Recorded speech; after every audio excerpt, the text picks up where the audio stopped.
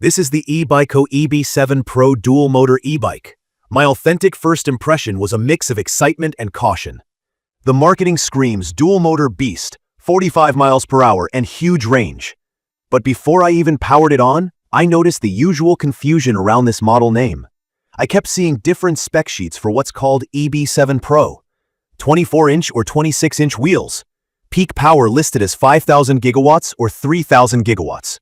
Batteries claimed at 23 amp-hours or 30 amp-hours or 32 amp-hours. That mismatch made me skeptical. I went with the 26-inch version that's advertised as 52V 32 amp-hour dual motor because that's the one most folks talk about. I wanted to see what it actually feels like on the road instead of just reading numbers. Shape and feel is where the bike sets the tone. It looks more like a stripped-down electric moto than a casual commuter. The 6061 aluminum frame feels thick and rigid. The stance is tall and confident. Full suspension is the star, a lockable, adjustable front fork paired with a rear shock that soaks up hits rather than just softening them. The 4-inch fat tires add a cushion of air that smooths out broken pavement and dirt. Handlebars are wide enough to give leverage without feeling twitchy, and the cockpit is simple to read. With the battery in, this thing is heavy. Mine weighs around 81 pounds. That's not pick it up and run upstairs territory. It's a planted machine. I'm 5'7", and the 26-inch setup feels spot on for me with a little room to grow. The stock saddle is okay for blasts and short hops. I'd swap it for a cushier seat for long days. The rear rack and fenders are practical, and the headlight is bright enough for city speeds. One detail you feel right away is the mass. It defines the ride. It can be a pain to maneuver in a tight garage, but once rolling, that weight becomes stability. From my experience, the first real test wasn't the throttle. It was safety. During assembly, I found a major issue. The brake rotors were installed backwards from the factory. That's not cosmetic. That's dangerous. I had to stop, pull both wheels, and correct the rotors before doing anything else. I also checked and retorqued key bolts. I'm comfortable with tools, so I handled it. But this is not what I expect when I open a new box. For someone new to e-bikes, I'd strongly suggest having a pro look it over before riding. Once I fixed the rotors and verified the brakes, the experience changed completely. The first launch on dual motors made me laugh out loud. Torque hits fast. If you've never been on a high-power e-bike, be ready for your weight to shift back and your forearms to tense. In my opinion, the acceleration is the main draw. The bike surges to speed and holds it. I kept seeing 40 to 45 miles per hour on open stretches in the highest assist and with throttle. I know some listings quote higher numbers. What I'm sharing is what I can repeat on flat ground.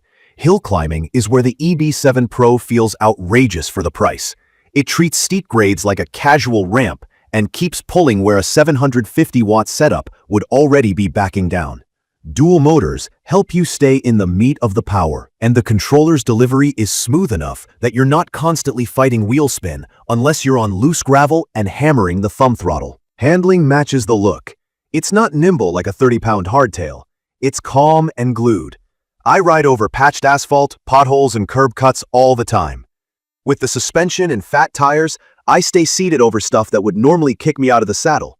Fast corners feel predictable. This bike likes long arcs more than tight switchbacks. The brakes, after being corrected, are strong and consistent.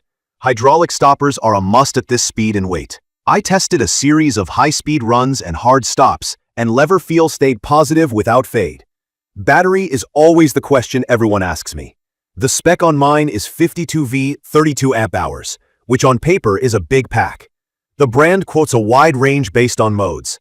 I wanted a simple worst-case number, so I did a throttle-only test at a steady 20 miles per hour with dual motor setup and assist around the middle. I logged a little over 30 miles and still had some juice left.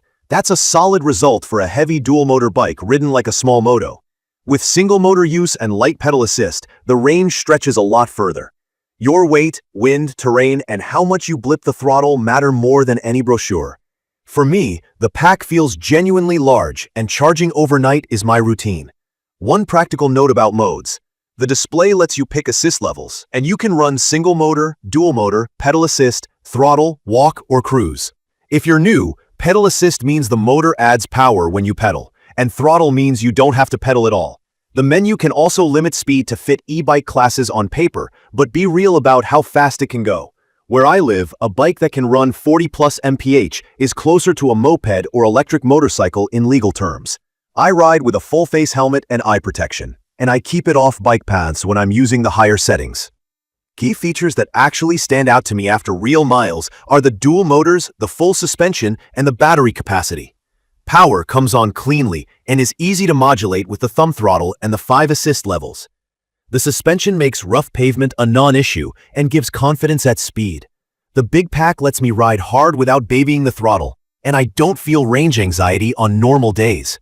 I also like the 7-speed drivetrain. It's simple, shifts clean, and helps the motor stay in a sweet spot when I want to pedal.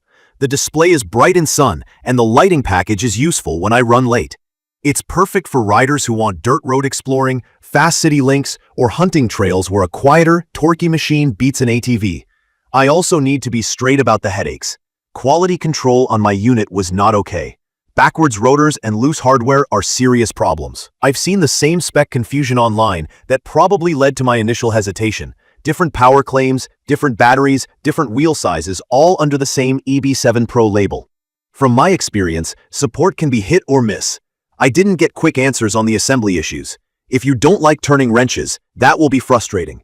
The weight is real. Pushing or lifting it without power isn't fun. And for riders asking whether it's a legal class 1, 2, or 3 e-bike, in my opinion, it's not. Unless you lock it down to strict limits and keep it there. I treat it like a moped for roots and gear.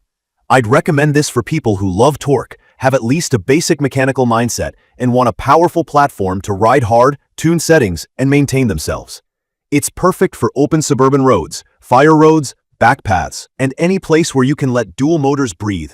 If you want something ultralight for stairs, or you never want to pick up a tool, this won't be your favorite. In conclusion, the EB7 Pro delivers undeniable performance at a price that makes you look twice, and the ride is a rush. It's fast, stable, and surprisingly comfortable over rough surfaces. The battery feels legit in real use, and the brakes do the job once properly installed. The flip side is the trust factor. The model naming and specs are confusing, and my out-of-box experience demanded a careful safety check before the first mile. From my experience, this bike is a high-power kit with training wheels removed. If that excites you and you're prepared to own the maintenance, you'll have a blast. If you want plug-and-play perfection, you may want to look for something slower, lighter, and more standardized. I will leave all the information about the EBycco EB7 Pro dual-motor e-bike in the comments. I hope to see you again in the following videos.